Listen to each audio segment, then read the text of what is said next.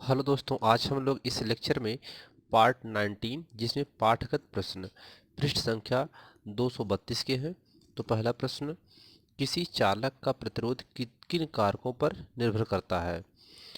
तो किसी चालक का प्रतिरोध निम्न कारकों पर निर्भर करता है। जैसे किसी चालक का प्रतिरोध तार की लंबाई के समानुपाती होता है, यानी अगर लंबाई तार की बढ़ेगी तो प्रतिरोध बढ़ेगा। ठीक है, तो यह इस पर निर्भर करता है। पहला, यानी चालक का प्रतिरोध जो होता है उस चालक की लंबाई पर निर्भर करता है। ठीक है। दूसरा है, किसी चालक का प्रतिरोध उसके अनुप्रस्थ काट के क्षेत्रफल के व्युत्क्रमानुपाती होता है। अनुप्रस्थ काट क्षेत्रफल यानी कोई चालक तार है, ये चालक तार है, तो इसका अनुप्रस्थ काट क्षेत्रफल ये एरिया इस पर निर्भर करता है। ठीक है। और यह अनुप्रस्थ काट क्षेत्रफल और इस चालक तार का प्रतिरोध क्या है? रो है। तो यह इसके क्या होता है? व्युत्क्रमानुपाती होता है। रो 1/a, अर्थात यह प्रतिरोध के क्या होता है? व्युत्क्रमानुपाती होता है।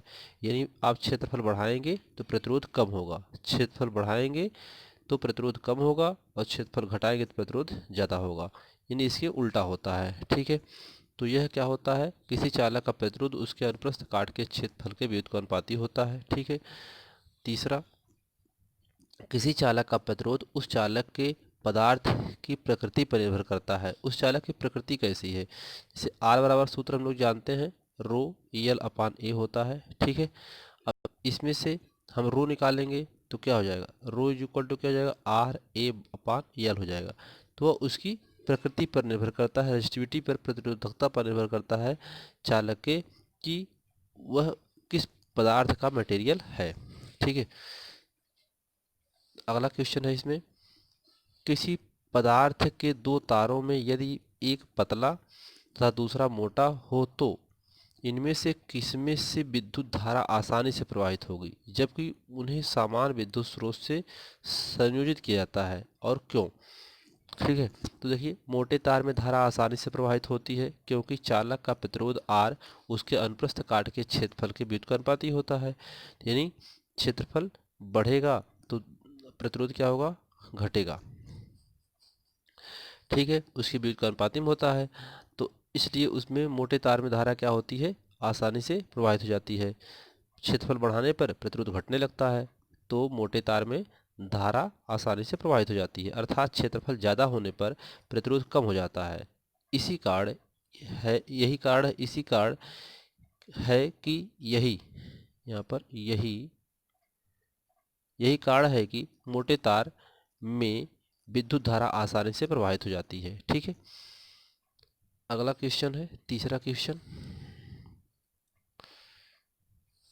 मान लीजिए किसी विद्युत अवयव के दो सिरों के बीच विभवांतर को उसके पूर्व के विभवांतर की तुलना से घटाकर आधा कर देने पर भी उसका प्रतिरोध नियत रहता है, तब उस अवयव में से प्रवाहित होने वाली विद्युत धारा में क्या परिवर्तन होगा? देखिए, यहाँ पर दो बातें हैं। कह रहा है कि किसी विद्युत अवयव के दो सिरों के बीच विभवांतर उसके पूर्व के विभवांतर की तुलना में घटाकर आधा कर देते हैं। यानी पहले विभवांतर जितना था घटा करके बाद में उसके विभवांतर को आधा कर देते हैं, लेकिन प्रतिरोध क्या आता है? दोनों कंडीशन में नियत रहता है। ठीक है। पहले जो विभवांतर था, बाद में जो विभवांतर आधा किया गया, दोनों विभवांतर के समय प्रतिरोध क्या है? नियत है। तो उसमें प्रवाहित होने वाली विद्युत धारा में क्या परिवर्तन होगा? तो पहले उसमें दो बातें किया हुआ है। एक तो उसमें ये कह रहा है कि उसका पहले प्रतिरोध जो है वह आर है। तो पहली स्थिति में जो है, प्रथम स्थिति में हम देखेंगे, प्रथम स्थिति में हम देखेंगे कि जो प्रतिरोध है, प्रतिरोध उसका कितना है? प्रतिरोध आर ओम है, आर ओम, और उसमें जो विभवांतर है, विभवांतर वी वोल्ट है। कितना है? वी वोल्ट है। यानी जो दिए गए विद्युत अवयव है उसका प्रतिरोध आर ओम, और वैद्युत अवयव के दो सिरों के बीच विभवांतर वी वोल्ट, तो विद्युत धारा आई बराबर क्या हो जाएगा? वी अपान आर वोल्ट हो जाएगा। आर वोल्ट लिख लीजिए यहाँ पे, आर वोल्ट समीकरण नंबर 1 मान लीजिए इसको। ठीक है, ये पहली कंडीशन हो गई। अब दूसरी कंडीशन कह रहा है दूसरी कंडीशन में ये कह रहा है कि दोनों स्थितियों में प्रतिरोध क्या रहता है, नियत रहता है। तो यहाँ भी प्रतिरोध क्या हो जाएगा, यहाँ भी प्रतिरोध आपका R ओम होगा, ठीक है, क्योंकि नियत रहता है, ये दिया हुआ है। और नया विभवांतर जो बनता है, फिर नया विभवांतर यानी पूर्व का क्या होता है, आधा हो जाता है, ठीक है। तो क्या हो जाएगा, मान लेते हैं V1 विभवांतर है, तो यहाँ पर V/2 हो जाएगा। इस विभवांतर का ये विभवांतर क्या हो जाएगा, आधा हो जाएगा। तो यहाँ से I निकाल लेंगे, यहाँ से I1 निकाल लेंगे, I1 धारा हो जाएगी यहाँ पे, तो V/R यही होता है सूत्र। तो V/R यहाँ पर तो V1/R हो जाएगा, ठीक है। तब यहाँ पर V1 क्या है, V/2/R, या इज इक्वल टू इसको लिख सकते हैं B/2R लिख सकते हैं, ठीक है। तो यहाँ पर I1 इज इक्वल टू क्या आ गया, V/2R आ गया। समीकरण नंबर 2 मान लेते हैं। अब यहाँ पर समीकरण 1 और समीकरण 2 को भाग कर देते हैं। तो समीकरण 1 से समीकरण 2 में भाग करने पर, जब भाग करेंगे तो यहाँ पे आपको V/2R है इसका मान, और इसका मान कितना है, V/R है। फिर इसको लिख सकते हैं V/2R इंटू R/V, V से V कैंसिल, R से R कैंसिल। तो यहाँ पे I1/I इज इक्वल टू 1/2 बचा यहाँ पे, तो 1/2। फिर यहाँ पे हमें निकालना क्या है, I1 निकालना है। तो I1 धारा निकालनी, तो I1 बराबर क्या हो जाएगा, यहाँ पे यह इसके भाग में बन जाएगा, यहाँ चला जाएगा, तो I बराबर I/2 बचेगा। ये आ गया आंसर। अर्थात कहने का मतलब, अगर विभवांतर हम आधा करने पर विद्युत धारा भी क्या हो जाएगी, आधी हो जाएगी। विभवांतर आधा करेंगे तो विद्युत धारा भी आधी हो जाएगी। तो ये आपका तीसरा क्वेश्चन था इसका। आइए अब चौथा क्वेश्चन देखते हैं। चौथा क्वेश्चन है, विद्युत टोस्टरों तथा विद्युत स्त्रियों के तापक अवयव शुद्ध धातु के न बनाकर किसी मिश्र धातु के क्यों बनाए जाते हैं।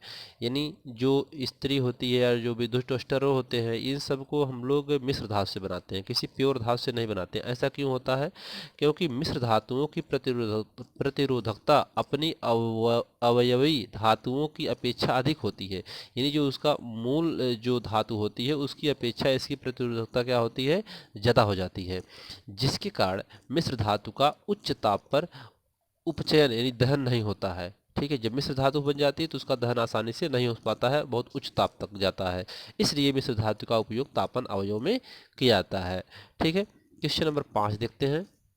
निम्नलिखित प्रश्नों के उत्तर तालिका 12.2 में दिए गए आंकड़ों के आधार पर दीजिए।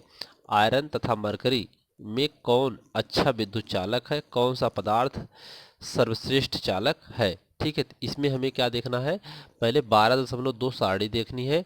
तो एनसीईआरटी बुक में 12.2 सारणी दिया हुआ है, उसको देखते हैं पहले। ये 12.2 सारणी है। यहाँ पर देखिए 12.2 सारणी 20 डिग्री पर कुछ पदार्थों के वैद्युत प्रतिरोधकता दिया हुआ है। तो यहाँ पर इस सारणी से देख करके हम इसके आंसर हमें देना है, ठीक है। तो यहाँ पर कह रहा आयरन तथा मरकरी में कौन सा अच्छा विद्युत चालक है।